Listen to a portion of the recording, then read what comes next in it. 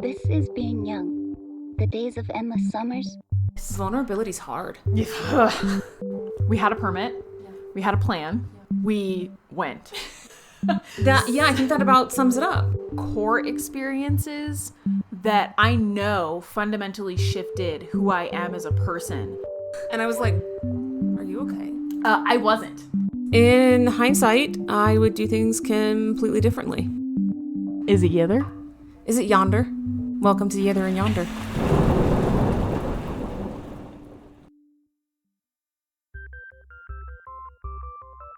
Welcome to our latest minisode, where we take the time to go down rabbit holes, off on side trails, and make the massive digression. Giardia. Oh, our old friend. Friend? Well, it's that friend that you don't want, but won't go away. Acquaintance? Family member? God. Creepy uncle? We need some... I don't know. Need some really strong boundaries with Giardia. Oh. I'm just going to kind of start with what I noticed first. Because I won't use the we. When I got off the trail, really didn't have, and even on the trail, let me start over. On the trail, and when I initially got off the trail, I really didn't have the gastrointestinal symptoms of Giardia. And when I got home, I had this one day where I was like, oh, I'm home. Everything is great. I went to Trader Joe's and bought myself some flowers and had a nice cup of tea at my desk while I was getting myself in order to go back to graduate school. And then I crashed and started dealing with chronic fatigue and such intense chronic fatigue that I would sweep my house. And my house at that point was 700 square feet, 800 square feet. It was a smaller house. And I would have to lay down for several hours to recover from doing one chore. It was debilitating fatigue. That was the first thing I noticed. Okay, so Giardia is a parasite. For anyone who maybe doesn't know what Giardia is, it affects the digestive system because it actually sets up shop in your small intestine. Mm-hmm. Symptoms include, and I think this is important because neither of us experienced these symptoms when we initially were infected. So symptoms include stomach cramps, bloating, upset stomach, and loose stools. Giardia, the parasite, lives all over the world, mainly in areas of poor sanitation that don't have safe water. It's also prominent in streams and lakes and can be in public water supplies, swimming pools, whirlpools, and wells. It can spread through water, food, and person-to-person contact. Mm-hmm. Most infections clear up within weeks, but you may have stomach problems long after the parasites are gone. Several medicines work against Giardia parasites, but they don't work for everyone. So symptoms are supposed to last 2 to 6 weeks. But for some people, longer, and they come back. This is all information from the Mayo Clinic. So going on the trail, we knew Giardia was a concern. I think most people are people that have to filter water. Mm-hmm. Typically, you're filtering water because of parasites. There's potential for parasites, and you don't want to drink water that's going to cause you to end up with vomiting or diarrhea because that's going to further dehydrate you. And we all know, I think everyone's gotten food poisoning or a stomach virus. When you can't stop throwing up or you have chronic diarrhea, even trying to get Gatorade down can be hard. And when you're in the backcountry, you don't necessarily have Gatorade. You don't have time to be laying in your tent digging cat holes. It's not. It can take you off the trail. Yes, there's definitely been quite a few stories that I've encountered just on social media of people that are yep, got Giardia and I had to call it. Both of us were aware that this was potentially something that was going to exist on the JMT, and we both brought water filters. That was our intent, was to be filtering our water every time. And again, we love you, Paul, but we think it was either Paul filling our water bottles, because I don't think Paul used a water filter. And I don't think either of us even considered that. When he was like, oh, I'll fill your water. We're like, wow, he's so nice. the other side of that is we did soak our feet, rinse our hands, wipe our face, because we were not, like, there's no showers in the backcountry. You're sweating, the dirt's getting kicked up, you've got sunscreen on, layers of sunscreen that aren't coming off. Like, you just feel gritty a lot. And being able to just, like, get, your random camp towel or a handkerchief or something, or like a buff, get it wet and just kind of wipe your face off, it feels good. And that, depending on where you are and the levels of potential contamination, like if you're like wiping your eyes or like if it gets in your mouth, there's a variety of ways that we could have gotten it. But fundamentally, on the trail, neither of us had diarrhea.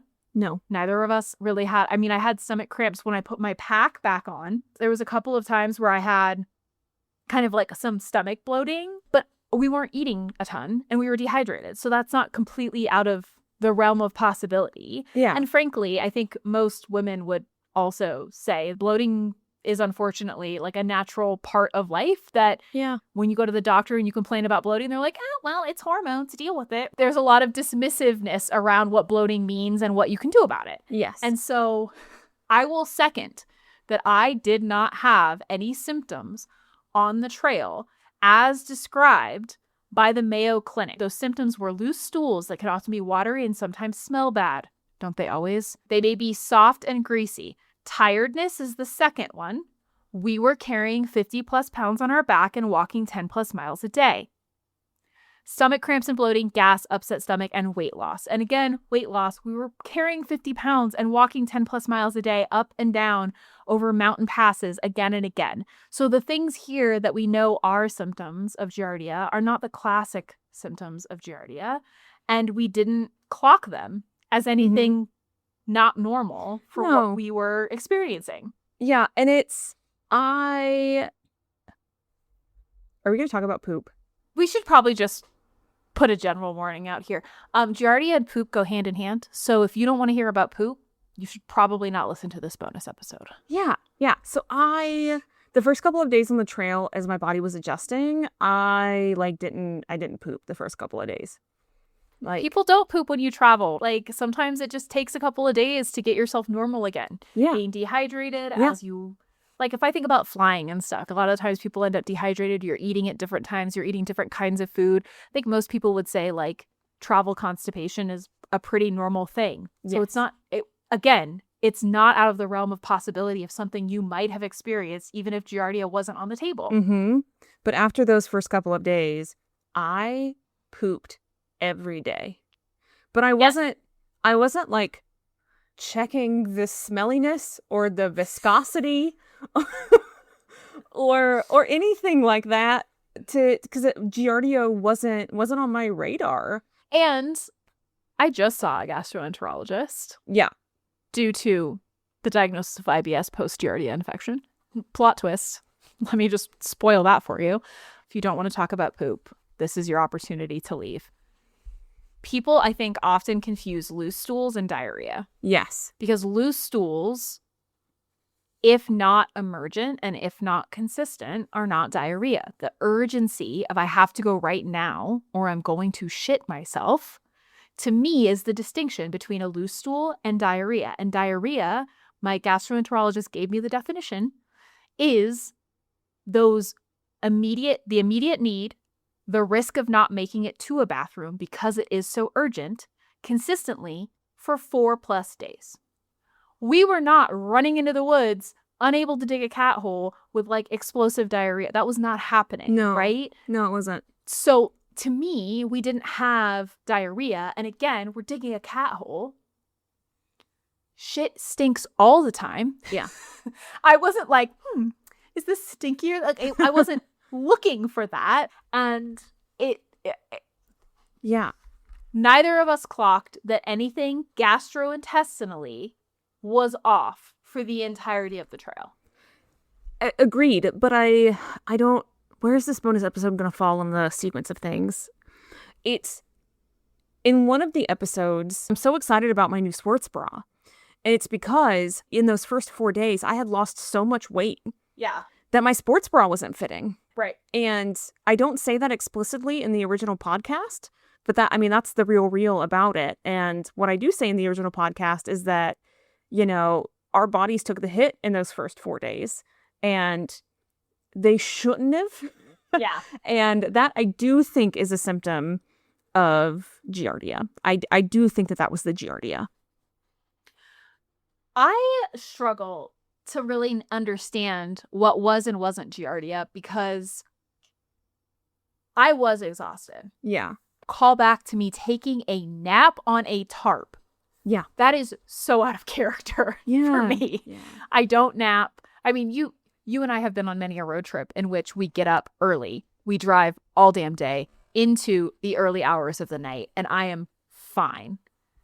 And yes, I'm tired, and yes, I like sleep, but I am not like I need to take a 30-minute power nap type. Mm-mm. I was real tired. Yeah. I know I didn't have Giardia that day. We had filtered all of our water. I hadn't really been drinking backcountry water. That was not Giardia. I was exhausted. So it's hard for me knowing what happens for the rest of the trip. It took me months to really realize that I was thoroughly exhausted and had chronic fatigue.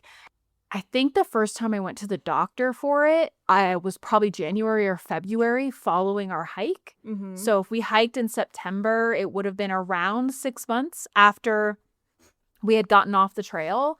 When we got off the trail, I remember sleeping a lot, but not an inordinate amount, given what we had just done, like trying to be really kind to my body and give my body the opportunity to rest and recover. But I also went right back into teaching. And they did this bullshit thing in our department where they would decide to double you up in a term and give you a term off. You didn't ask for it. They just gave it to you because sometimes people had, and it wasn't like a University of Oregon thing. It was specific to our department because people did go and do research and sometimes they needed to be gone for 6 or 9 months. They would have you teach twice as much in one term to have a term off.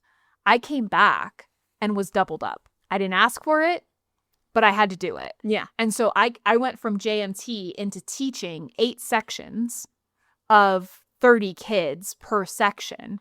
And it was a lot. It was a lot of people to try to manage. Like trying to remember 200 people's names is a lot to ask of somebody, especially an 11-week term. Yeah. And I was doing all of the grading for that. It was a heavy lift to come back and do twice as much work for the same amount of pay. Yes, you get a term off later, but like I had a lot going on and I was just I had to hit the ground running. We had data. I needed to get my research moving. Like I came back and I jumped in full throttle. So it took until about January when I suddenly wasn't teaching. I was exhausted because I would come home from teaching and like literally Chase would like order food and the food wouldn't even get there and I'd already be falling asleep on the couch. Or he'd be like, do you want to watch a movie? And I would be like 3 minutes into it and knock out. Oh God. And I think we both recognized that I was doing a lot. And so we didn't think too much of it, but we knew that I was more tired than usual. Yeah. And when that not teaching turn came around, it was like, suddenly I'm not doing any work because I have all of this time to do my research instead of having to be teaching. I'm still taking some classes, but not a ton of classes. Yeah. And I shouldn't then have this chronic fatigue that I'm experiencing. And I went to the doctor and I got tested. First and foremost, they said, oh, you have SAD. You have seasonal affect disorder because you live in the Pacific Northwest and it's winter time. And I was like, no, I've been taking vitamin D since I moved here. Truly. Next. Truly. And they were like, you're depressed. And I was like, no, I'm not. I'm not feeling down on myself or down on my situation. I don't feel chronic anxiety, right? Like I feel like I'm in a good place. I got my research done. I'm working on it. Like, no, I'm rejecting your immediate assumption of it being something that's like mental and emotional. Yeah. No. And then they tested me.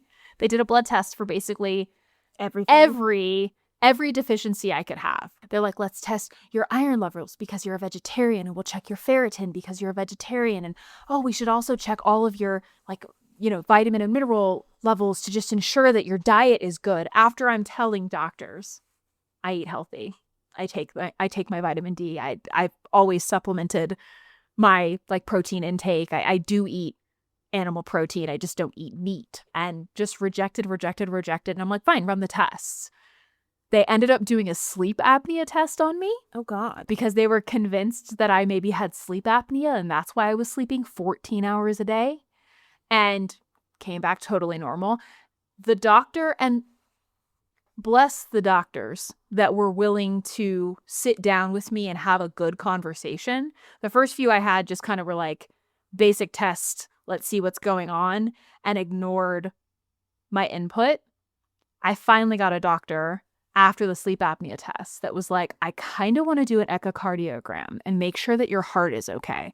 Because if all of these simple solutions of what would be causing this chronic fatigue are not it, I want to make sure it's not something really scary, because I'd like to just take that off the table. If it is a concern, I think we need to address it sooner rather than later, right? Yeah. And that's when I said, can you just test me for Giardia? Because it had been, at this point, probably a couple of months of going to the doctor and getting tests that kept telling me everything was normal. And shout out to my friend Jimmy. He was living in Eugene at the time, and we would go get dinner with him all the time. And one night, Chase and I were at dinner. He was like, you probably have a parasite. And that's when it clicked that they asked me if I had left the country. I had not, but asking if I left the country was their way of asking if I could have had a parasite. Yeah. And that was their blind spot. Yeah. So it took a long time to get the diagnosis. They did the Giardia test. Of course, it came back. They said I had an inactive Giardia infection. And the only reason that we even got there is Jimmy said parasite, and then Chase was Googling everything he could. And we found a Scandinavian medical journal article about a small town that had a town-wide water supply with Giardia. And it's more common in women to have chronic fatigue. It's more common in women to have long-term effects from a prolonged Giardia infection. So my inactive infection that was like March, April that I was getting tested and confirmed had been since September. Wow. So Right? I was also having no luck at the doctor in terms of figuring out what was wrong. But for me, it was medical fat phobia. A doctor would look at me, look at the way that my body was looking, and this was after hiking 180 something miles, right? And tell me that I would feel better once I lost weight, or of course I was bloated because XYZ. Spoiler alert, it was either Giardia or cancer was the reason I was bloated. And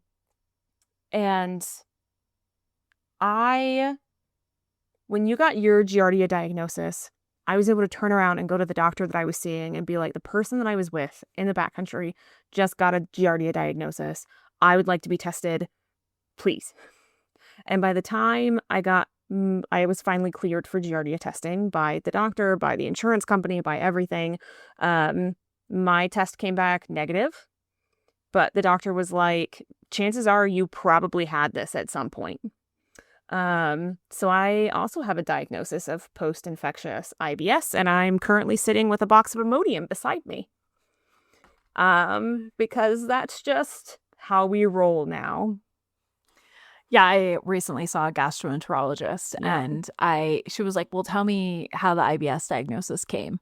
And I was like, well, in 2017, I went on a long hike and ended up with a Giardia diagnosis. And she went, ugh. Yeah. Yeah. Because while I didn't have gastrointestinal symptoms then, I do now. I would say the vast majority of my IBS symptoms are like chronic bloating. Yeah. That's like, it's just like belly bloat that doesn't go away and hurts and feels like you're getting stabbed. So thanks, Giardia. Thanks, Giardia. Or as I said earlier, Giardia. Giardia. Yeah. So, yeah. So if you're in the backcountry, filter your water. Yeah. And maybe be careful with your sweat rag. And if you come back and you don't feel right and they ask you if you left the country, mention you were in the backcountry. Yeah.